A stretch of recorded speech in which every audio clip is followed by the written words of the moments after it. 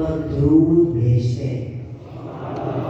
میرے میٹھے اور پیارے سامعین شام آپ کو میرا کریم صلی اللہ علیہ وسلم کہ آپ کو نشان ہے کہ آپ کا کریم تمام جہانوں کا خالق و مالک آپ پر درود بھیجتا ہے۔ ہمیں بھی درود پاک کی کثرت کرنی چاہیے۔ آج شب معراج پر ایک اور یہ بھی ہے کہ آیت درود یعنی ان اللہ ملائکتہ یصلون علی النبی یا ایھا الذین آمنوا صلوا علیہ وسلموا تسلیما۔ کہ آپ بھی اگر درود و سلام پڑھ لیجیے صلی اللہ علیہ وآلہ صلی اللہ علیہ وسلم۔ صلاۃ و سلام علیک یا سیدی یا سیدی یا رسول اللہ صلی اللہ تعالی علیہ وآلہ وسلم۔ آج 22 احزاب کے آیت نمبر 156 آسان ترجمہ قرآن تندر عرفان کہ بے شک اللہ اور اس کے فرشتے نبی پر درود بھیجتے ہیں۔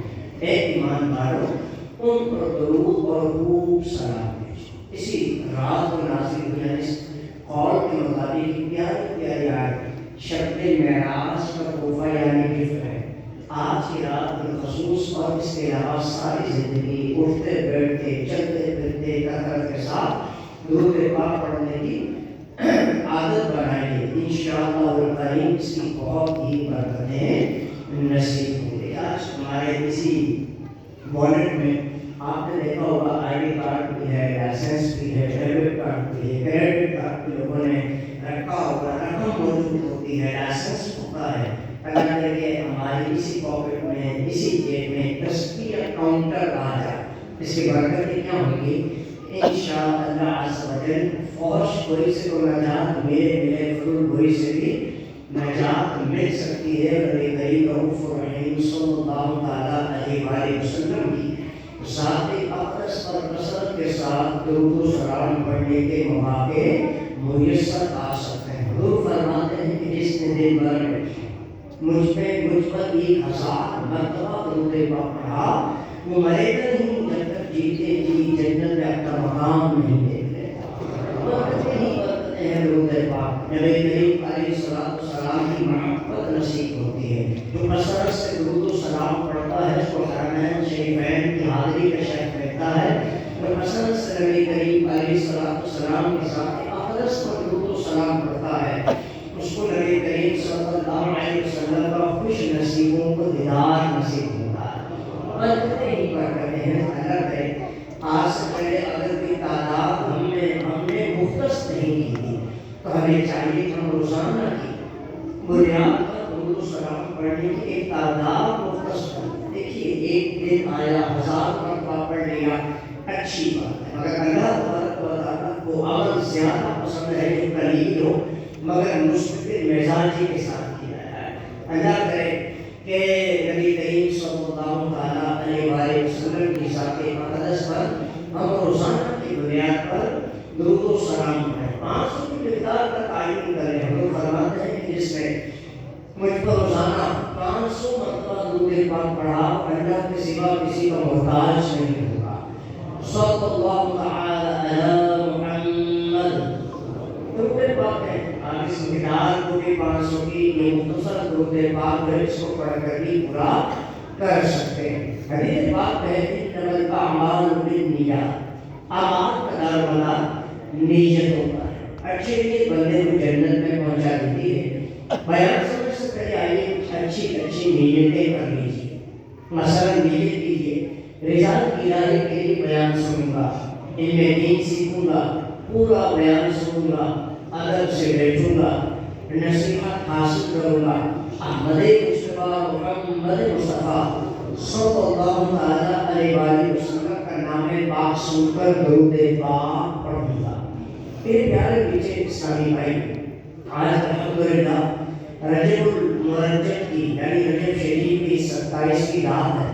آج شان مصطفیٰ کے اظہار کی رات ہے، آج رفعت مصطفیٰ کے اظہار کی رات ہے، آج امامت انبیاء کی رات ہے، آج معراج مصطفیٰ کی رات ہے۔ بلکہ یوں کہیے کہ آج وہ رات ہے کہ اس رات براق و خدمت مصطفیٰ کی معراج۔ آج وہ رات ہے کہ مسجد اقصی اقصیٰ کو زیارت مصطفیٰ کی معراج نصیب ہوئی۔ آج وہ رات ہے کہ انبیاء کرام جو دیدار مصطفیٰ کا شوق رکھتے تھے، آج ان کے لیے زیارت مصطفیٰ کی رات ہے۔ آج ساتوں آسمانوں، وہاں کے فرشتوں، جنت اور جنت کی تمام نعمتوں، وہاں کی نوروں، بلکہ حق تو یہ ہے کہ عرش اعظم کے لیے بھی معراج کی رات ہے۔ جی ہاں، یہ عرش اعظم ہے جسے مصطفیٰ جارِ رحمت صلی اللہ علیہ وآلہ وسلم کے قدم چومنے کی حسرت تھی۔ آج رات محبوب خدا امام الانبیاء صلی اللہ علیہ وسلم کے معراج کے بولا سلطان دو جہاں صلی اللہ علیہ وآلہ وسلم عرش پر تشریف لے گئے اور عرش اعظم کی اس حسرت کو پورا فرما دیا۔ پردہ کے انور سے جو اٹھا شب معراج، جنت کا ہوا رنگ دوبارہ شب معراج، حوروں نے دکھایا علی ترانہ شب معراج، خالق نے محمد کو بلایا شب معراج۔ اے رحمت عالم تیری رحمت پہ تصدق، ہر ایک نے پایا تیرا صدقہ شب معراج۔ جس وقت چلی شاہ مدینہ کی سواری، سجدے میں جھکا عرش معلا شب معراج، پیغام بلانے کے لیے اپنے نبی کو اللہ نے جبریل کو بھیجا شب معراج۔ نشان کی جلالت کی حالت ہی الگ سے جبریل نے آقا کو دکھایا شب معراج۔ جبریل تھکے ہو گئے سرکار روانہ، منہ کتا ہوا رہ گیا سجدہ شب معراج۔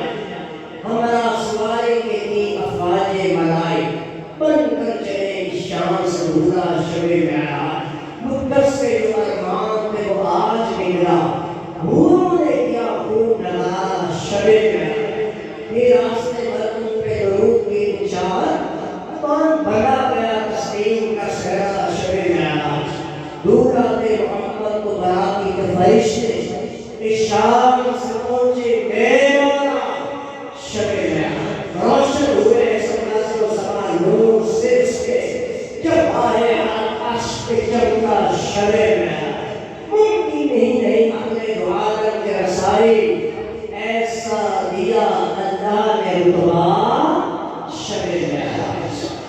زنجیر در پاک کی ہلتی ہوئی پائی اور گرم تھا اس پر آلہ شب معراج۔ اس میں سے جمیل نزدیک کو بھی عطا ہو، رحمت کا بڑا حال حساب شب معراج۔ میرے میٹھے میٹھے اور پیارے پیارے اسلامی بھائی، پارہ 15 سورہ بنی اسرائیل کی آیت نمبر 1 میں اللہ تبارک و تعالیٰ قرآن مجید فرقان حمید میں ارشاد فرماتا ہے، آسان ترجمہ قرآن منظور عرفان، پاک ہے وہ ذات جس نے اپنے خاص بندے کو رات کے حصے میں مسجد حرام سے مسجد اقصیٰ تک کی سیر کرائے۔ اے عاشق رسول، معراج ہمارے آقا مولا محمد مصطفیٰ صلی اللہ علیہ وآلہ وسلم کا عظیم اور منفرد معجزہ ہے۔ آپ نے کریم صلی اللہ علیہ وآلہ وسلم مکہ مکرمہ میں ام ہانی رضی اللہ تعالیٰ عنہ کے گھر آرام فرما تھے۔ اچانک چھت کھل جاتی ہے اور فرشتوں کے سردار جبریل امین علیہ السلام حاضر خدمت ہوتے ہیں۔ اللہ تبارک و تعالیٰ کا پیغام سنایا جاتا ہے، معراج کی خوشخبری سنائی جاتی ہے۔ نبی کریم صلی اللہ علیہ وآلہ وسلم براق پر سوار ہوتے ہیں، مسجد اقصیٰ میں تشریف لاتے ہیں، یہاں انبیاء کرام کی امامت فرماتے ہیں، پھر آسمان کی طرف رخ فرماتے ہیں، ساتوں آسمان سے گزرتے ہوئے سدرۃ المنتہا پر تشریف لے جاتے ہیں، پھر سدرۃ المنتہا سے مقام پر پہنچتے ہیں، عین بیداری سر کی آنکھوں سے اللہ کا دیدار کرتے ہیں۔ اتنے ہزاروں لاکھوں کلومیٹر کا سفر طے کر کے واپس بھی تشریف لے آتے ہیں، لیکن ابھی رات کا کچھ حصہ ہی گزرا۔ علماء فرماتے ہیں کہ جب نبی کریم صلی اللہ علیہ وآلہ وسلم واپس تشریف لائے، بستر مبارکہ ابھی گرم تھا اور دروازے کی زنجیر بھی ہل رہی تھی۔ ہے عرش بری پر جن کا فعل محبوب خدا،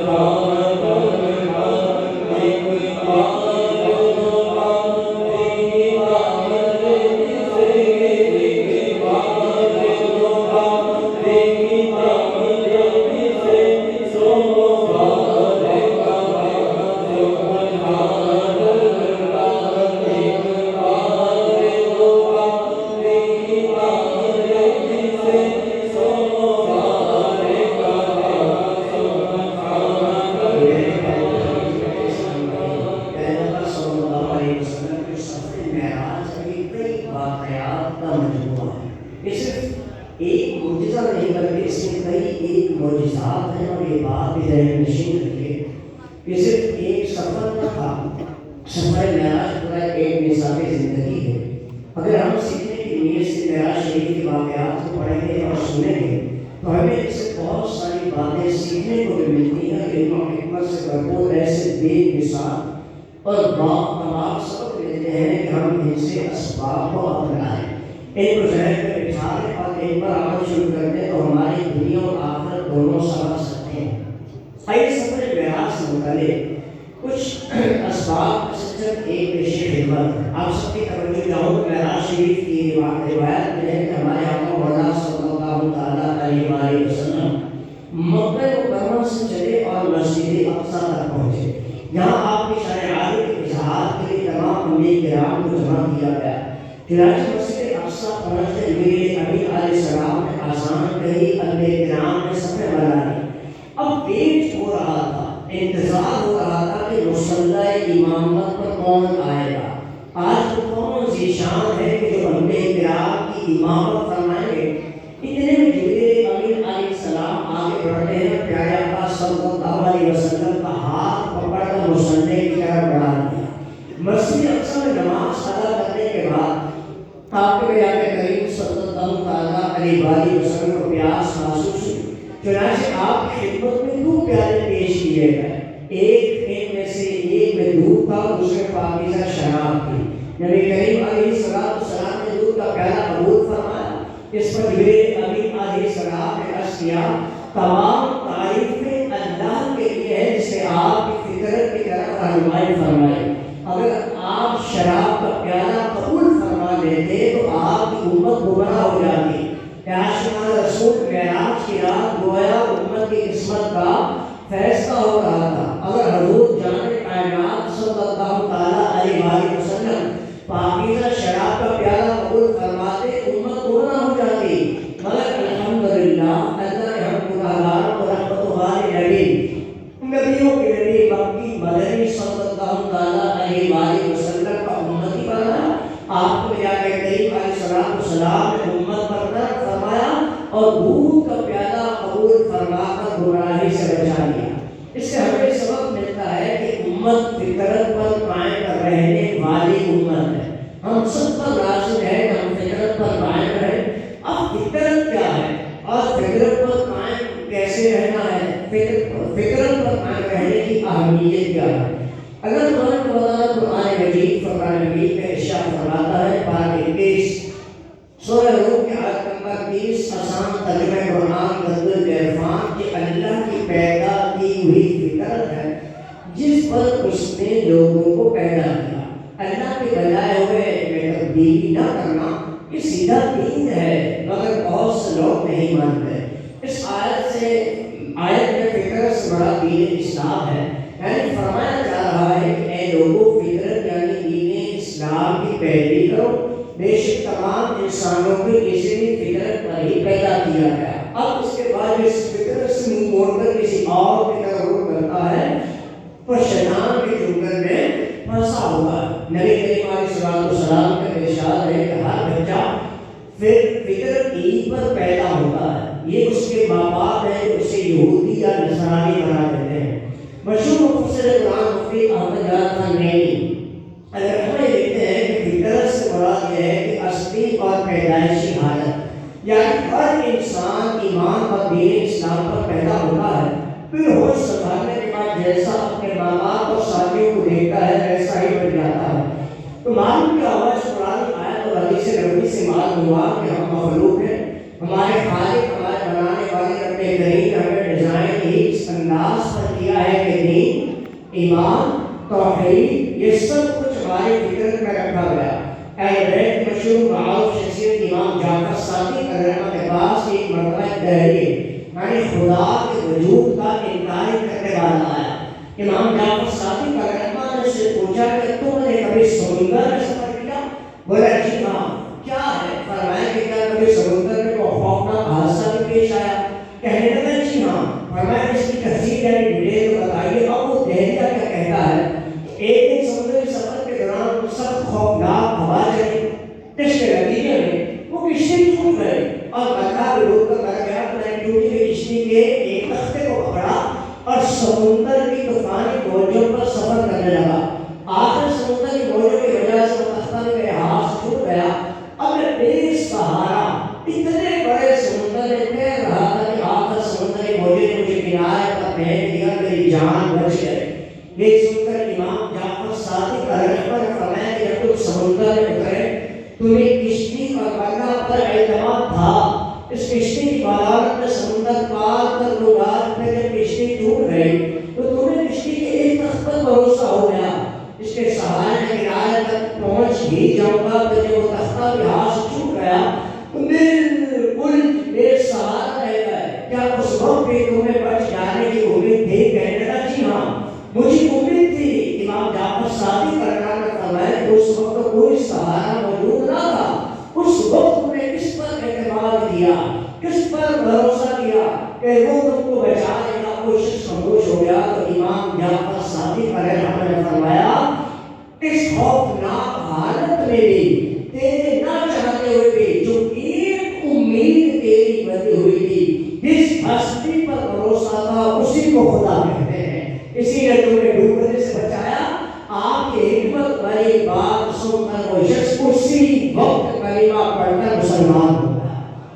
تو میرے پیچھے پیارے اسلامی بھائیوں, الفاظ ایمان, دین, توحید, یہ سب باتیں ہماری فطرت کا پارٹ ہے, حصہ ہے. اگر کوئی دین سے منہ پھیرتا ہے, دین کی بجائے اپنے ناقص عقل کے پیچھے چلتا ہے, انسانی دماغ کے ایجاد کیے ہوئے دریافت کی بات کرتا ہے, مادہ تک آزادی کے نعرے لگاتا ہے, آزاد خیال بنتا ہے, تو اپنی فطرت کو بھول رہا ہے. تو یہ سمجھیے کہ ایک ہوتا ہے جسمانی مشق یعنی شکل بگاڑنا, اور ایک ہے روحانی مشق یعنی روح کو بگاڑنا. تو جو بندہ اپنی فطرت کو بھول کر ایمان و دین کے خلاف راستہ اختیار کرتا ہے وہ اصل میں اپنی روح کو بگاڑ رہا ہے.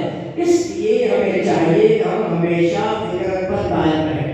مسلمان پیاری اپنی جان حضرت عائشہ صدیقہ رضی اللہ تعالی عنہا سے روایت ہے, رسول اکرم صلی اللہ تعالی علیہ وسلم نے ارشاد فرمایا کہ 10 چیزیں فطرت سے ہیں. نمبر 1 ہے مونچھیں چھوٹی کرنا, نمبر 2 داڑھی بڑھانا, نمبر 3 مسواک کرنا, 4 ناک میں پانی چڑھانا جیسے وضو میں چڑھاتے ہیں, 5 ناخن کاٹنا, 6 پورے دھونا, 7 بول, اور 8 زیر ناف کے بال اکھاڑنا, 9 پانی سے استنجا کرنا.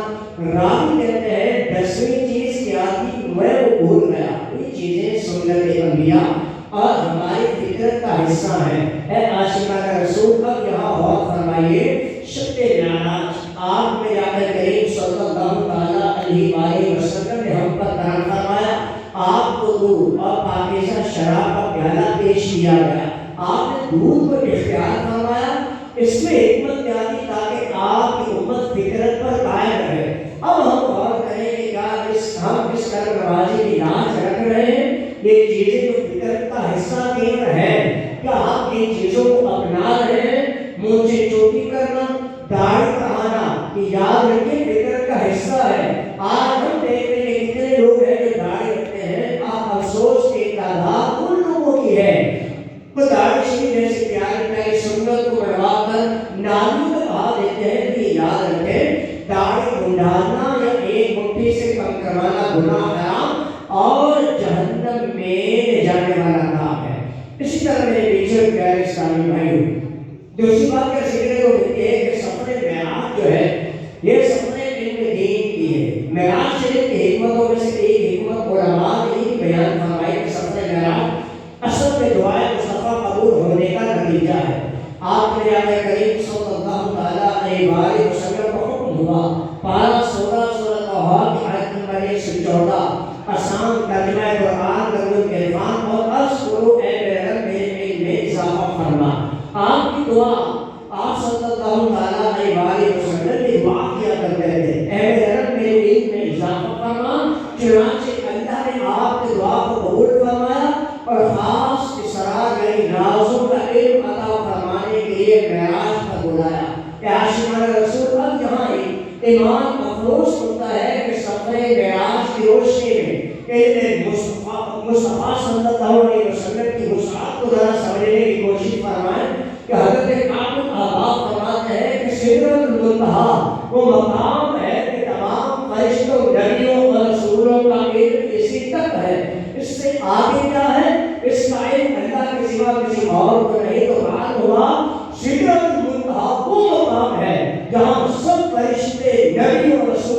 علم کی انتہا ہو جاتی ہے، مگر میرے اور آپ کے آقا معراج سے رولا صلی اللہ تعالیٰ علیہ وسلم کی شان کریم دیکھیے کہ رب کریم نے آپ کو سدرۃ المنتہا سے بھی آگے بلایا اور ان باتوں کا بھی علم عطا فرمایا کہ جہاں تک کسی کے رسائی نہیں ہے۔ حضرت اگر لکھتے ہیں کہ طور موسیٰ چراغ عیسیٰ کیا مساوی دانا ہو سب جہت کے دارے میں، شش جہت سے تم بنا ہو سب کی ہے تم تک رسائی،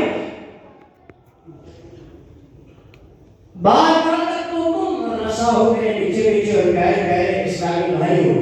سفر معراج سفر ایک تھا، اللہ تبارک و تعالیٰ نے اپنے محبوب صلی اللہ تعالیٰ علیہ وسلم کو خطر خاص کا جڑا کیا علوم عطا فرمائے، کیسے کیسے راز بتائے، اس کا علم کسی کو نہ بتایا، بس ہمیں اتنا بتایا گیا۔ پارہ 27 سورۃ النجم کی آیت نمبر 10 آسان ترجمہ قرآن کنز العرفان پر اس نے اپنے بندے کو وحی فرمائی، جو اس نے وحی فرمائی تو میرے پیچھے پیچھے پیارے پیارے اسلامی بھائیوں، اللہ تبارک و تعالیٰ نے شب معراج اپنے محبوب کو کتنا علم عطا فرمایا، اس کی خبر تو کچھ نہیں، البتہ بعض روایات سے کچھ اندازہ سا ہو پاتا ہے کہ آپ کے نبی کریم صلی اللہ علیہ وسلم نے فرمایا جب میں معراج کی رات پر رات میں پہنچا تو میرے منہ میں ایک قطرہ پایا گیا، پر اس سے زیادہ ٹھنڈا، کستوری سے زیادہ خوشبودار تھا۔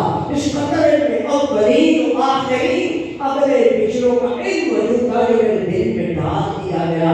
اسی واقعوں کی ایک اور حدیث کریمہ ترمذی شریف میں بھی ہے، اس کا پیارے آقا صلی اللہ علیہ وسلم نے فرمایا کہ مشرق و مغرب کے درمیان جو کچھ ہے وہ سب میں نے جان لیا۔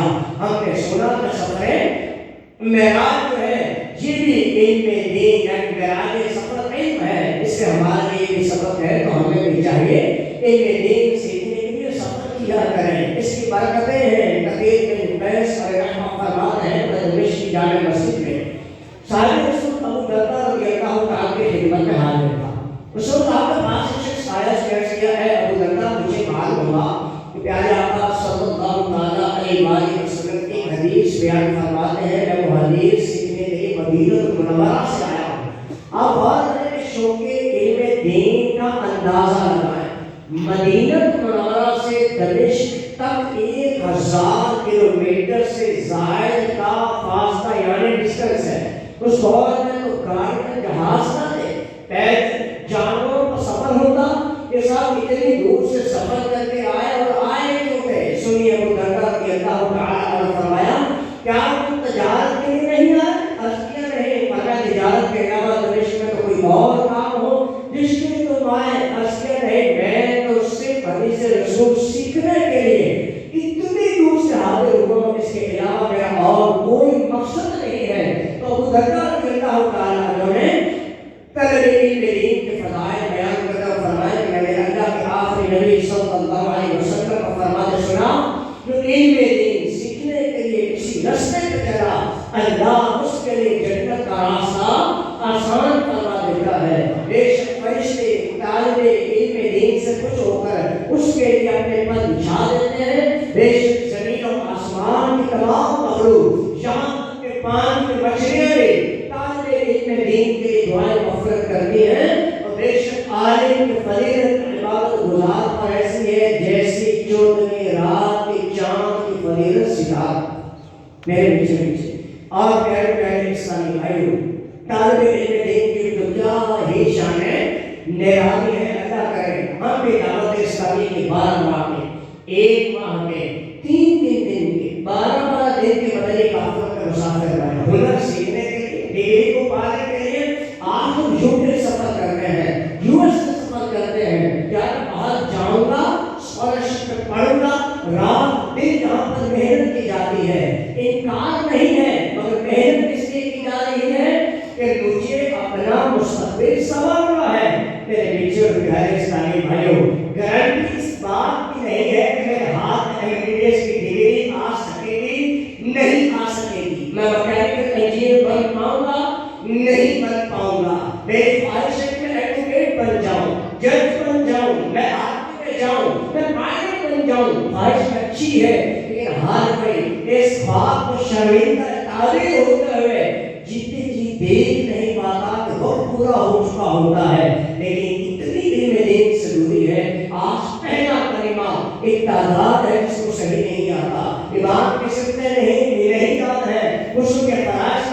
علم نہیں ہے. نماز جنازہ برسوں سے پڑھ رہے ہیں, سلام پھیرنے کا نماز جنازہ میں طریقہ کار نہیں آتا.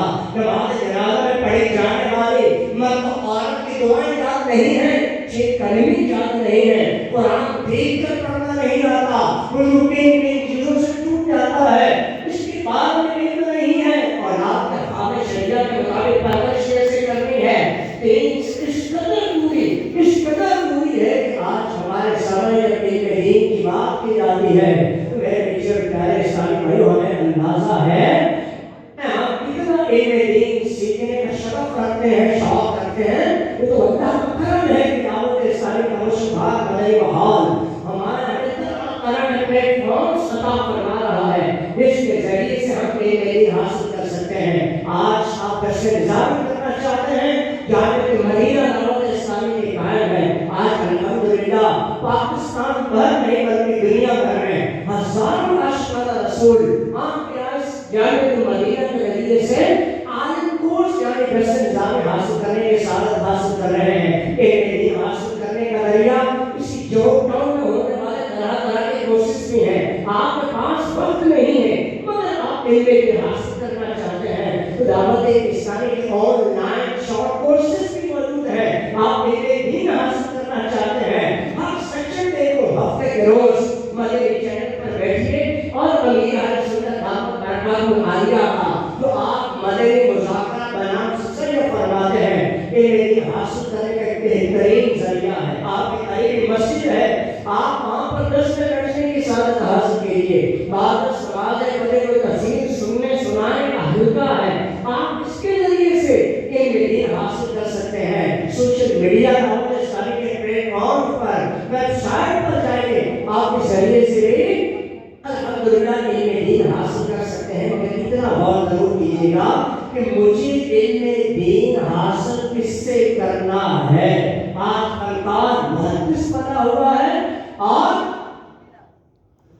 گلوکار جو ہے وہ مفسر عادت کا بنا ہوا ہے. اتنا تو غور کر لیں کہ بیٹی دینی ہے, بہن دینی ہے, کاش کے بارے میں پتا کریں, سڑک دیکھیں گے, قوانین کیا ہے, چہرہ دیکھیں گے, اخلاقیات پر جائیں گے, استخارہ کروائیں گے, میل جول دیکھیں گے, پھر کہیں پر جا کر اپنی بہن بیٹی کا رشتہ مقرر کریں. چھوٹا سا پلاٹ لینا ہے, سوسائٹی آپ کو گھومتے ہیں, پھر کہیں پر جا کر جو ہے آپ کا فیصلہ جو ہے کسی کارنر کے پلاٹ پر جو ہے کسی بیسنگ پارک کے پلاٹ پر ہوتا ہے. تو دین کس سے سیکھنا ہے. دعوت اسلامی کا مدنی ماحول میں بہت کچھ آپ کو اس گفتگو میں سمجھانے کی کوشش کر رہا ہوں. یہ بات یاد رکھنا عقیدہ ایمان ہے. تو لہٰذا دعوت اسلامی کا مدنی ماحول کتنے پلیٹ فارمز آپ کو مہیا کر رہا ہے, اس کے ذریعے سے آپ علم دین سیکھ سکتے ہیں. تو اللہ کرے میرے پیچھے پیارے اسلامی بھائیوں, ہم دین اس سے سیکھیں جو اللہ سے محبت کرتے ہیں. ہم دین اس سے سیکھیں جو نبی کریم صلی اللہ تعالیٰ علیہ وآلہ وسلم سے سچی محبت کرتے ہیں, جو صحابہ صحابیات سے سچی محبت کرتے ہیں, ان کا ادب و احترام بجا لاتے ہیں, تابعین اور اسلام کا ادب و احترام کرتے ہیں.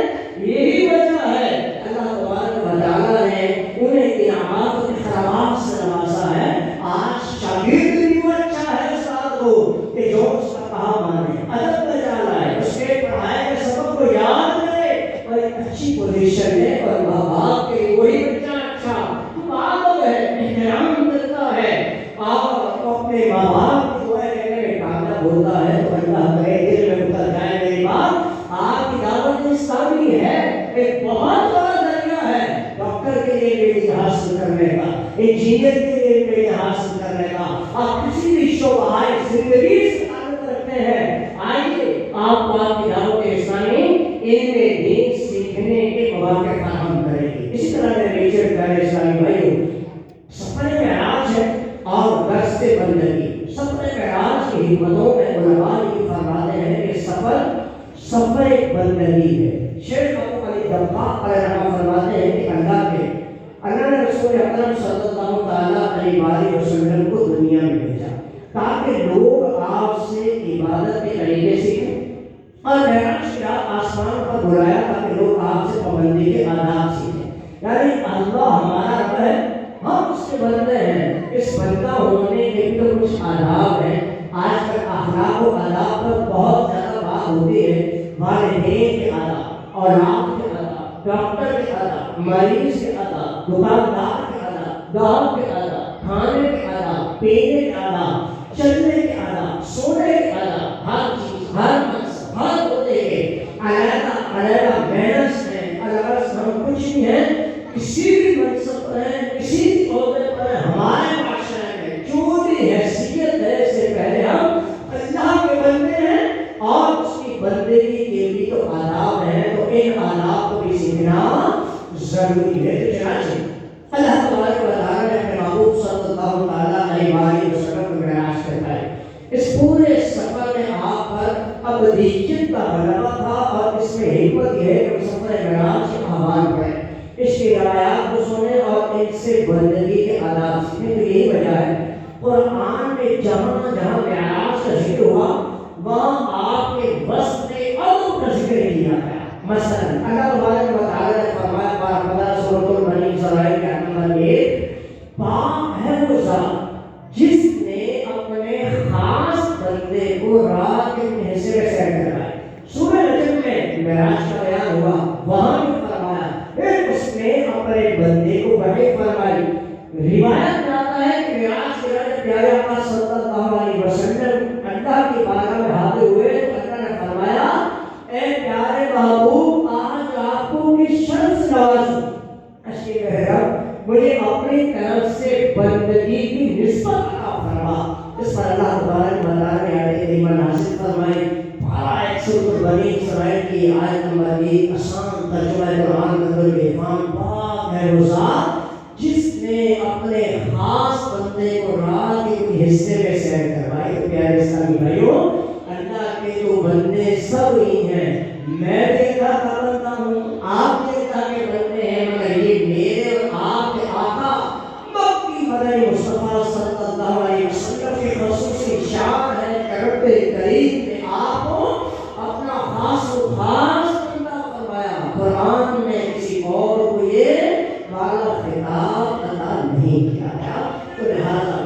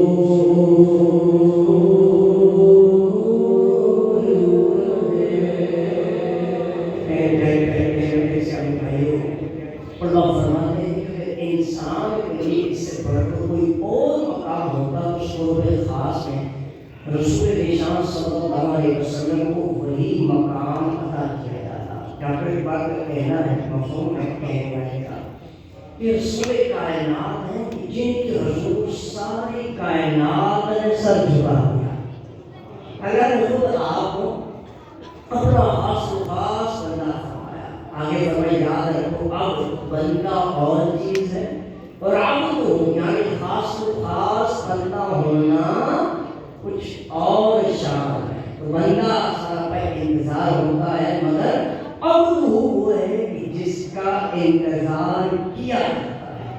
تو عبد یعنی خاص بندہ کائنات کی حقیقت ہے. عبد اس کائنات کا راز ہے. وہ نہ ہوتے تو کائنات بھی نہ.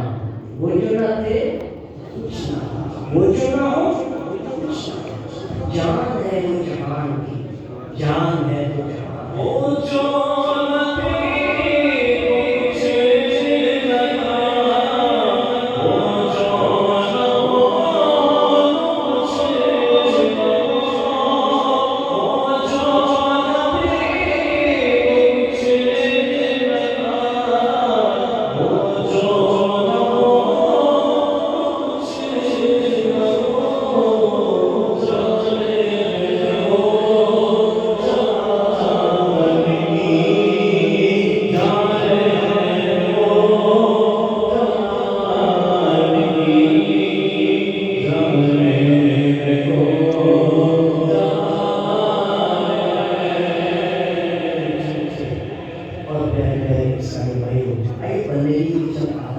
پہلی بات تو یہ ہے کہ صحیح معنوں میں اللہ کو بندہ وہ ہو سکتا ہے جو کثرت سے اللہ کی عبادت کرتا ہو. لہٰذا کثرت سے عبادت کی عادت بنائیں اور یہ نیت کریں کہ انشاءاللہ عز و جل پانچوں نمازیں با جماعت پڑھا کروں گا. نوافل بھی پڑھوں گا, تہجد, شرح ابابین بھی پڑھوں گا, تلاوت بھی کروں گا, درود پاک بھی پڑھوں گا اور کثرت سے ذکر اللہ بھی کروں گا اور نفل روزے بھی رکھوں گا. میرے نیچے پیارے اسلامی علماء فرماتے ہیں کہ صحیح معنوں میں عبد وہ ہے کہ جو برابر عبادت میں مشغول ہے, مگر اپنی عبادت کو جو کہ دانے کے برابر بھی نہ سمجھے, بس ہمیشہ اپنے آپ کو گناہگار, نہایت عاجزی اور کمزوری ہی سمجھتا ہے. عرب میں مشہور شاعر ہے فرض کا, یعنی ایک مطلب ہے امام حسن بصری رحمہ کی خدمت میں حاضر ہے. کہہ رہے اس وقت بدتر بندہ بہترین بندہ ایک جگہ جمع ہے. کسی نے پوچھا بہترین کون ہے؟ کہا امام حسن بصری. پوچھا بدترین کون ہے؟ فرمایا فرض کا. نے کہا کہ بدترین میں ہوں. جب اس کا انتقال ہوا تو اس نے خواب میں دیکھا, پوچھا کیا گزری؟ کہا مجھے اللہ کی بارگاہ میں پیش کیا گیا, آواز نامہ کھلا, اس سے گناہ گنے گئے. میں سوچ رہا تھا میں تو ہلاک ہو گیا, مگر رب رحمان کی رحمت کا قربان رب دو جہان فرمائے جاؤ, میں نے تمہیں اسی وقت بخش دیا تھا جب تم نے خود کو بد کر سمجھا. میرے نیچے پیارے اسلامی بھائی, اللہ کرے کہ تکبر سے ہماری جان چھوٹ جائے. 6 اسباب کے وجہ کے سبب انسان میں تکبر پیدا ہوتا ہے. علم کے ذریعے سے بھی تکبر پیدا ہوتا ہے, عمل کے ذریعے سے بھی تکبر پیدا ہوتا ہے, خوبصورتی کے ذریعے سے بھی تکبر پیدا ہوتا ہے, اولاد کے ذریعے سے بھی تکبر پیدا ہوتا ہے, مال کے ذریعے سے بھی تکبر پیدا ہوتا ہے, اور خاص برادری کے ذریعے سے بھی تکبر پیدا ہوتا ہے. میرے نیچے اور پیارے اسلامی بھائی, اللہ کرے چاہے سفر معراج کا بہت ہی پیارا جو تحفہ دیا گیا وہ کیا ہے؟ نماز. حق کے بندگی ادا کرنے کے لیے کم از کم ہم سب کو نماز کی پابندی کر لینی چاہیے. یہ بہت بڑی تعداد ہے آج اذان تو سنتی ہے مگر کام کاج نہیں چھوڑتی. آیا بہت بڑی تعداد ہے جو اذان سنتی ہے, معلوم ہے کہ اذان ہو رہی ہے, مگر گھنٹوں سوشل میڈیا کا استعمال کرنے والے بدتدریج پڑھتے چلے جا رہے ہیں. یعنی گھنٹوں اس کا استعمال ہے, نماز پڑھنے کا وقت نہیں ہے. لہٰذا میرے نیچے پیارے اسلامی بھائیوں, روایت میں آتا ہے کہ معراج کے دولہ صلی اللہ تعالیٰ علیہ وسلم ایسے لوگوں کے پاس تشریف لے گئے جن کے سر پتھر سے کچلے جا رہے ہیں. جب انہیں کچل لیا جاتا تو پہلے ذرا درست ہو جاتے. یہ سلسلہ یوں ہی چلتا رہتا تو آپ نے پوچھا ہے غریب کے کون ہے؟ ایسی وہ لوگ ہیں کہ جن کے سر نماز پڑھنے سے بوجھے یعنی بھاری ہو جاتے ہیں, یعنی فرض نماز چھوڑ دیا کرتے تھے. تو میرے پیچھے پیارے پیارے اسلامی بھائی غور کیجیے، جب سے بالغ ہوئے، اب ہم سب یہ غور کرتے دیکھیں کہ بالغ ہوئے، نماز فرض ہو گئی، ہر آپ کی جو بالغ مرد و عورت پر نماز فرض ہے اور رمضان کے روزے بھی فرض ہیں۔ تو جس طرح نمازوں کو چھوڑنے والوں کی اکثریت ہے، اس طرح رمضان کے فرض روزے چھوڑنے والوں کے بھی ہمارے یہاں ایک تعداد پائی جاتی ہے۔ کیا یہ جواب دے سکیں گے تو لہٰذا زندگی کی گارنٹی کیا، زندگی کا پتہ کیا؟ آج کہا جاتا ہے مولانا ڈراتے ہیں، دعوت اسلامی والے ڈراتے ہیں، میرے بھائی گھر والے بن جائیے، گھر والوں کی نمازیں قضا نہیں ہوتے، گھر والے ہی تو جھوٹ نہیں بولتے، گھر والے ہی تو بہت تلاشی نہیں کرتے، گھر والے ہی تو رشوت لین دین سمجھتے ہیں، گھر والے ہی تو بدنگاہی سمجھتے ہیں، اور گھر والے ان کی نمازیں قضا نہیں ہوتی ہیں، وہ تو نمازیں پڑھنے والے ہیں، گھر والے ہیں، اور گھر والے جھوٹی قسموں سے اپنے آپ کو بچاتے ہیں، گھر والے ان صحبت سے اپنے آپ کو بچاتے ہیں۔ تو لہٰذا میرے پیچھے اور پیارے پیارے اسلامی بھائیوں، آج معمر متبرک گھڑیاں جاری ساری کتنے رجب المرجب کے مہینے ہماری زندگی کے اندر آئے ہم جانتے بھی ہیں، لیکن اس کے باوجود ہم ہر سال 27 کی رات کو کہیں نہ کہیں پہنچتے ہیں۔ آج دعوت اسلامی کے فیضان مدینہ جو ہوم ٹاؤن کے اندر الحمدللہ ہمیں بڑی رات گزارنے کی سعادت مل رہی، غور کو کرتے دیکھیں، سالوں سال سے ہم آتے چلے جا رہے ہیں، سالوں سال سے اگلا شعبان کا مہینہ آئے گا، اللہ نے توفیق دی تو 15 کی شعبان کی رات کی شب برات میں کسی نہ کسی جگہ تو غلط نہیں ہے، 27 میں ہاں رمضان کی رات میں کسی نہ کسی جامع مسجد میں ہم ہوں گے۔ ہم نے کتنے بہت رمضان کے مہینے پائے کہ رمضان شریف کے غوث شریف کے سالوں سال مہینے گزر گئے بہت ساری رجب المرجب کی 27 میں آتے اور رجب کے مہینے گزر گئے، شباب کو پا لیا، مگر ہم ہیں کہ اپنے آپ کو گناہوں سے بچانے میں کامیاب نہ ہو سکے۔ سچی توبہ کرنے سے آج تک جو لگتا ہے کہ ہم دور ہیں، تو گناہ کرنے کے نقصان ہی نقصان ہے۔ یاد رکھنا ابن حجر حیدری مکی رحمہ حضرت سید عباس رضی اللہ تعالیٰ عنہ کا فرمان کو یوں نقل کرتے ہیں کہ گناہ گارو تو گناہ کے انجام سے بے خوف کیوں ہے؟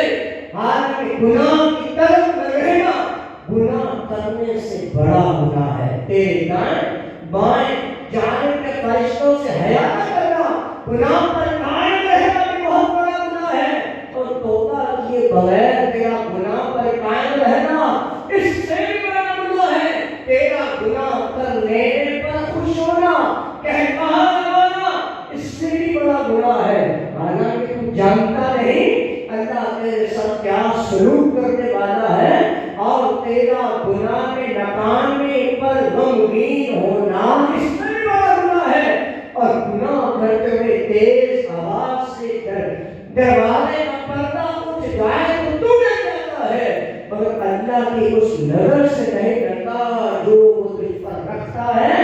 تیرا یہ عمل اس سے بھی بڑا گناہ ہے۔ تو میرے پیچھے پیارے پیارے اسلامی بھائیوں، ہم سب کو چاہیے کہ آج کی عظیم برکت ہمارے یاد میں ہم اپنے گناہوں سے توبہ کریں، گناہوں کے نقصان ہی نقصان ہے۔ فاروق اعظم رضی اللہ تعالیٰ عنہ نے فرمایا تم اللہ کے فرمان سے ہرگز حکم نہ پڑھنا۔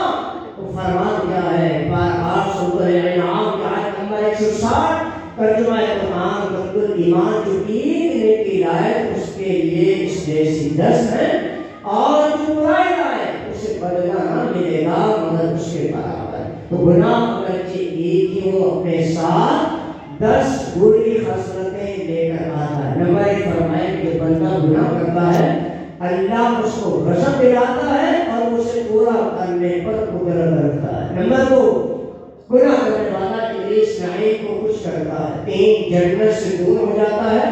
4 جہنم کے قریب ہو جاتا ہے۔ 5 اپنے سب سے پیاری چیز یعنی کہ جان کو تکلیف میں مبتلا کرتا ہے۔ 6 اپنے باتیں کو ناپاک کر بیٹھتا ہے، حالانکہ وہ پاک ہوتا ہے. اعمال لکھنے والے فرشتے قیامت کاتبین کو تقریر دیتا ہے. نمبر 8 نبی کریم صلی اللہ علیہ وسلم کو روشن مارکا میں رنجیدہ کر دیتا ہے. 9 زمین و آسمان تمام مخلوق کو اپنی نافرمانی پر گواہ کر دیتا ہے. اور نمبر 10 وہ تمام انسانوں سے خیانت اور رب العالمین کی نافرمانی کرتا ہے. تو میرے نیچے اور میرے اسلام میں گناہ میں 10 دنیاوی نقصان بھی ہے. فرمایا اس کی روسی کم کر دی جاتی ہے. نمبر 2 بلاؤں کا ہجوم. نمبر 3 گناہ کرنے والے کی عمر کو گھٹا دیا جاتا ہے. 4 دل میں اور بعض مرتبہ تمام بدن میں اچانک کمزوری پیدا ہو کر صحت خراب ہو جاتی ہے. گناہ کرنے والے کو 5واں نقصان یہ ہوتا ہے عبادت سے محروم ہو جاتا ہے. 6 عقل میں فضول پیدا ہو جاتا ہے. 7 لوگوں کی نظروں میں ذلیل و خوار ہوتا ہے. 8 کھیتوں اور باغوں کی پیداوار میں کمی ہو جاتی ہے. 9 نعمتوں کا چھن جانا. اور نمبر 10 ہر وقت گناہ کرنے والے کا دل پریشان رہتا ہے. یا اچانک اللہ علاج بیماری میں گناہ کرنے والے کو مبتلا کر دیا جاتا ہے. اللہ اس کے فرشتے نبیوں اور نیک بندوں کے لعنت میں گرفتار ہو جاتا ہے. تیرا چہرے سے ایمان کا نور نکل جانے سے چہرہ بے رونق ہو جاتا ہے. 14 شر و غیرت اس کی جاتی رہتی ہے. 15 ہر طرف سے ذلت اور رسوائی اور مقابلوں کا ہجوم ہو جاتا ہے. اور نمبر 16 مرتے وقت منہ سے کلمہ نہ نکلنا وغیرہ وغیرہ گناہوں کی حسرت سے بڑے بڑے دنیاوی نقصان ہوا کرتے ہیں. کر لے توبہ، رب کی رحمت ہے بڑی، مگر نہ قبر میں سزا ہوگی بے حد. کب تک جیے یہ بات سمجھ میں نہ کہ شہنشاہ اس دنیا سے نہیں گئے. کیا مالداروں کہ روح کا اس مجلس پر راز نہیں ہوئی. سب جانتے ہیں جو آیا ہے اس میں چلے جاتا ہے. مگر اس کے باوجود ہم ہیں جو اس صحبت نہیں چھوڑ رہے. ہم ہیں کہ شراب نوشی نہیں چھوڑ رہے. ہم ہیں کہ بہشتی میں نہیں چھوڑ رہے. ہم ہیں کہ گالی بکرا نہیں چھوڑ رہے. ہم ہیں کہ ہمیں گناہ میں تو لذت آتی ہے لیکن نیکیوں کی لذت سے معلوم ہے نہائے گناہوں سے نزاد.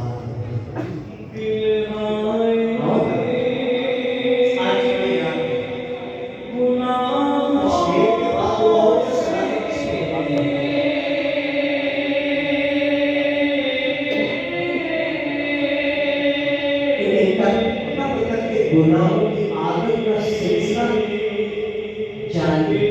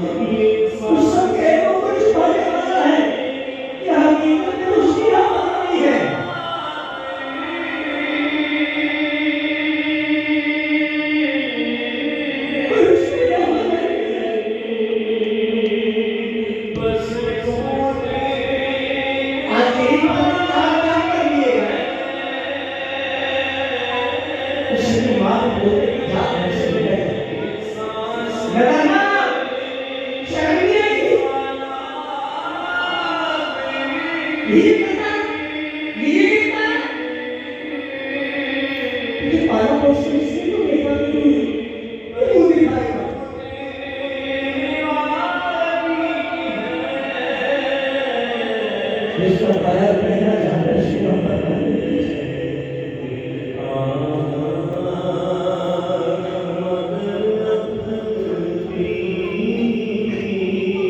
سب کے اندر چھپ کے لوگوں سے کیے اس کے بلا وہ خبردار ہے کیا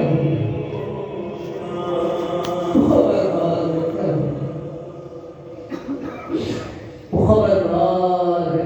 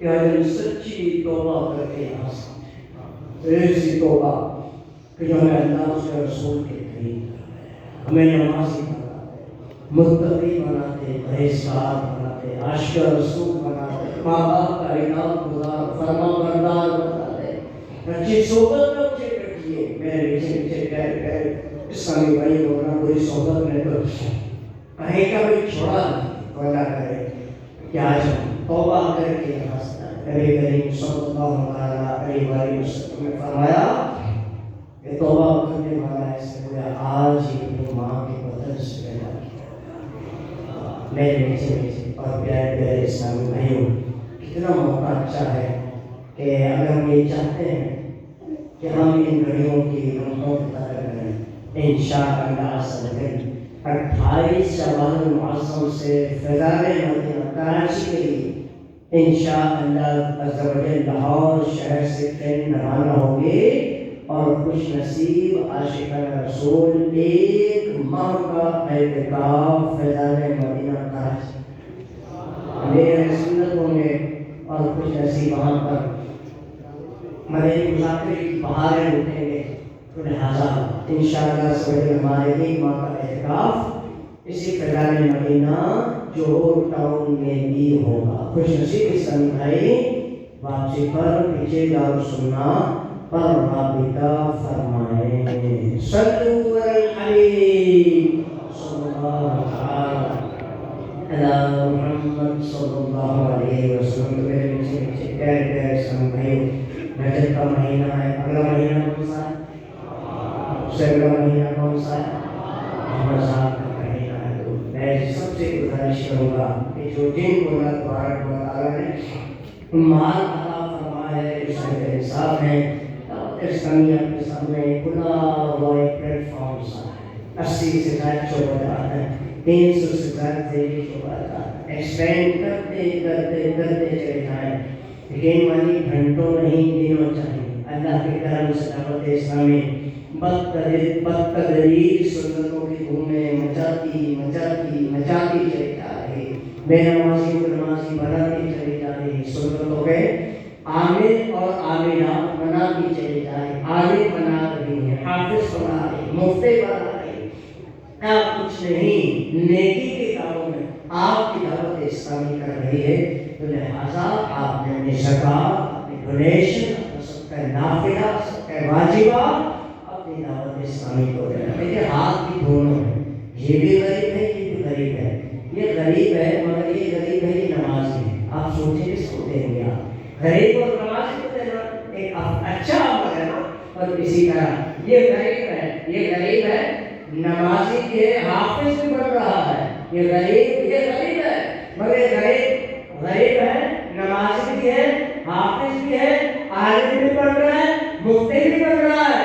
بہت تو دیکھتے ہیں یہاں چھوٹا سا کاروبار کرتے ہیں, نفع کہتے ہیں حضرت اصل کاروبار بتائیں کہ جناب بس نفع ہی نفع حاصل ہو جائے. روپے کے شہر ہے وہ 10,000 روپے کی کمی کی جائے تو دعوت اسلامی ہے نا آپ کے سامنے. لہٰذا اتنا اور کر دیا گیا. کہا جاتا ہے دعوت اسلامی امیر بڑی ہے. میرے محترم ان کا چہرہ چل رہا ہے, 1000 مدارس ہیں, جامعات بالکل ہیں, آپ کے تعاون سے ہیں, آپ کے دیے پیسے ہیں. ایک بات گزارش کروں, آپ نے دیکھا کہ چھوٹے چھوٹے پلاسٹک کے ڈبے آپ کے شاپس پر رکھا ہے. آپ کو اپنی دعوت اسلامی کو اتنا دیجیے نا پیارے اسلامی بھائیوں. آپ کو کسی سوسائٹی میں دارالمدینہ کھولے, جامعہ مدینہ کھولے, مدرسہ مدینہ کھولے, وہاں مساجد بنے اور دنیا بھر میں آپ کی دعوت اسلامی حافظ عالم مفتی بناتی ہے. اور FGRF شعبے ہے جو فلاحی کاموں میں ڈپارٹمنٹ ہے دنیا بھر میں دھومے مچائے. الحمدللہ کہ ہمارے اسلامی بھائی 2 ایمبولینسز لے کر جو ہے UK سے فلسطین کی تیاریوں کے اندر ہیں. میرے نیچے اسلامی بھائی پاکستان میں نظر آتا ہے تو آپ کی ڈونیشن دیے گئے سے بلوچستان میں, سندھ میں مدد کی نا, پہنچے نا. میرے نیچے اسلامی بھائی ترکیہ میں نظر آتا ہے, آپ کی دعوت اسلامی وہاں پر بھی ہے. تو سب سے گزارش کروں گا کہ دیتے ہوئے اتنا تو غور کر لیں کہ صحیح جگہ کون سی ہے. کہ میں دوں گا تو میرے لیے ہاتھ اٹھیں گے, میں دوں گا میرے والدین کے لیے ہاتھ اٹھیں گے. دعوت اسلامی آپ سب کے سامنے ہے, آپ کے فیضان مدینہ ہے, فائنانس کے بھی شعبے میں آپ آ کر دیکھیں آپ کی 1 روپے کی اس انداز سے اس کو استعمال کیا جا رہا ہوتا ہے. آڈٹ ہوتا ہے, چارٹرڈ اکاؤنٹنٹ آڈٹ کرتے ہیں اور اس کے ساتھ ساتھ جو ہے مفتیان کرام کی شرعی رہنمائی کے ساتھ یہ پیسہ جو ہے خرچ کیا جا رہا ہوتا ہے. تو لہٰذا مدنی چینل بھی آپ کا ہے, جامعات بھی آپ کے ہیں, مدارس مدینہ بھی آپ کے ہیں.